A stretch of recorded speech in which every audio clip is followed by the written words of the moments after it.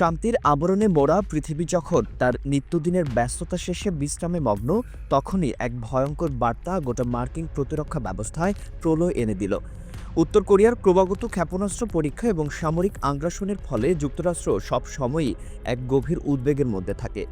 এই উদ্বেগ দূর করতে তারা দক্ষিণ কোরিয়া, জাপান এবং কৌশলগতভাবে গুরুত্বপূর্ণ গুয়াম দ্বীপের মতো অঞ্চলে বহু সামরিক ঘাঁটি স্থাপন করেছে।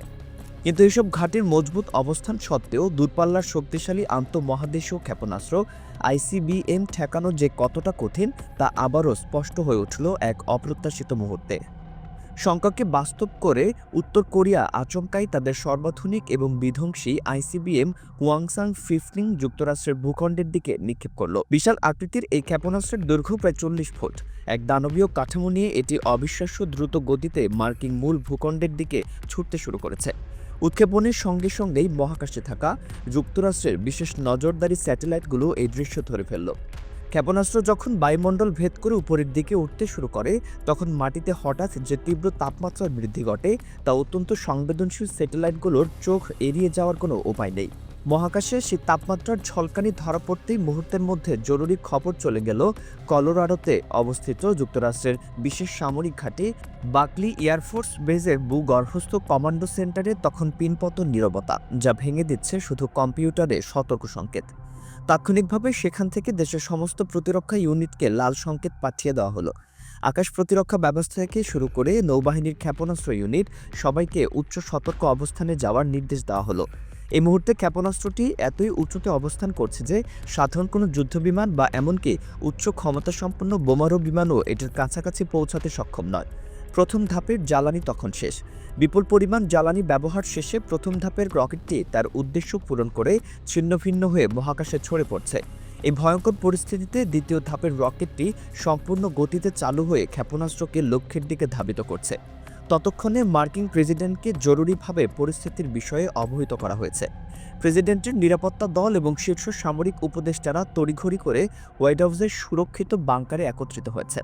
প্রাথমিক পরিস্থিতি বিশ্লেষণ করে জানা গেল, এত উপরে থাকা এই আইসিবিএমকে সরাসরি ধ্বংস করার মতো কোনো প্রচলিত উপায় যুক্তরাষ্ট্রের হাতে নেই। এটি এমন এক চ্যালেঞ্জ যা কেবল অত্যাধুনিক এবং অত্যন্ত ব্যয়বহুল প্রযুক্তির মাধ্যমে মোকাবেলা করা সম্ভব। মার্কিন সামরিক নেতৃত্ব এরপর দক্ষিণ কোরিয়া, গুয়াম এবং হাওয়াইয়ের মতো গুরুত্বপূর্ণ অবস্থানে স্থাপিত তাদের প্রথম সারির ক্ষেপণাস্ত্র প্রতিরক্ষা ব্যবস্থাগুলো সক্রিয় করার নির্দেশ দিল। প্রশান্ত মহাসাগরে টহলরত যুদ্ধজাহাজগুলিতে থাকা অত্যাধুনিক ক্ষেপণাস্ত্র প্রতিরক্ষা সিস্টেমগুলো পুরোপুরি প্রস্তুত রাখা হলো। কিন্তু ওয়াংসাং 15-এর মতো দূরপাল্লার অত্যন্ত দ্রুতগামী এবং উচ্চ প্রযুক্তির আইসিবিএম ঠেকানোর জন্য এই আঞ্চলিক প্রতিরক্ষা ব্যবস্থাগুলো যে যথেষ্ট নয় তা সামরিক বিশ্লেষকরা ভালো করেই জানেন। এটি কোনো সামরিক হুমকি নয়, এটি এক পারমাণবিক বিপর্যয় ডেকে আনার ক্ষমতা রাখে। ঠিক এই সংকটকালে যুক্তরাষ্ট্র তাদের সবচেয়ে শক্তিশালী প্রতিরক্ষা কবচ ব্যবহার করার সিদ্ধান্ত নিল। এই ক্ষেপণাস্ত্রগুলোর নাম গ্রাউন্ড বেসড ইন্টারসেপ্টর, যা গ্রাউন্ড বেসড মিডফোর্স ডিফেন্স ব্যবস্থার প্রাণকেন্দ্র।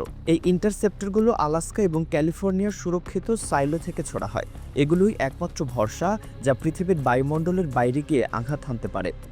ইতিমধ্যে রাডার চিত্রে স্পষ্ট হয়ে উঠেছে যে উত্তর কোরিয়ার ক্ষেপণাস্ত্রটি হাওয়াই দ্বীপপুঞ্জের উপর দিয়ে পার হয়ে যুক্তরাষ্ট্রের মূল অংশে ঢুকে পড়ার পথে। পরিস্থিতি এখন চূড়ান্ত বিপদের মুখে। প্রেসিডেন্ট তখন ডোমসডে এয়ারপ্লেন নামে পরিচিত বিশেষ সামরিক বিমান থেকে সেনাবাহিনীকে চূড়ান্ত নির্দেশ দেবেন বলে প্রস্তুত হচ্ছেন। এই বিশেষ বিমানটি পরমাণু যুদ্ধের মতো চরম পরিস্থিতিতে কমান্ড অ্যান্ড কন্ট্রোল সেন্টার হিসেবে কাজ করে। নিউক্লিয়ার যুদ্ধের জন্য দেশের সমস্ত যুদ্ধবিমান ও সেনা ইউনিটকে প্রস্তুত রাখা হলো। পুরো ওয়েস্ট কোস্ট জুড়ে তখন এক থমথম উত্তেজনা। মিসাইলটি এখন তার চূড়ান্ত পর্যায়ে।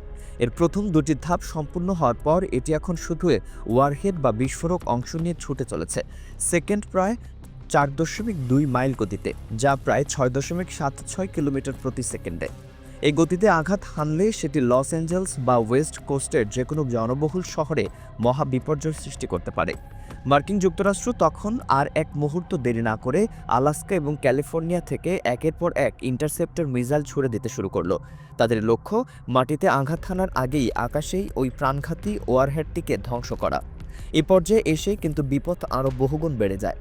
ওয়াংসাং 15-এর মাথায় থাকতে পারে multiple independently targetable re-entry vehicles প্রযুক্তি, অর্থাৎ মূল ক্ষেপণাস্ত্রের মাথা থেকে বেরিয়ে আসতে পারে 8টি ছোট ওয়ারহেড। এর মধ্যে কিছু হতে পারে আসল পারমাণবিক বোমা, যা নির্দিষ্ট লক্ষ্যবস্তুতে আঘাত হানবে। আর বাকিগুলো হবে শুধু বিভ্রান্ত করার জন্য ব্যবহৃত ডিকয় বা নকল ওয়ারহেড।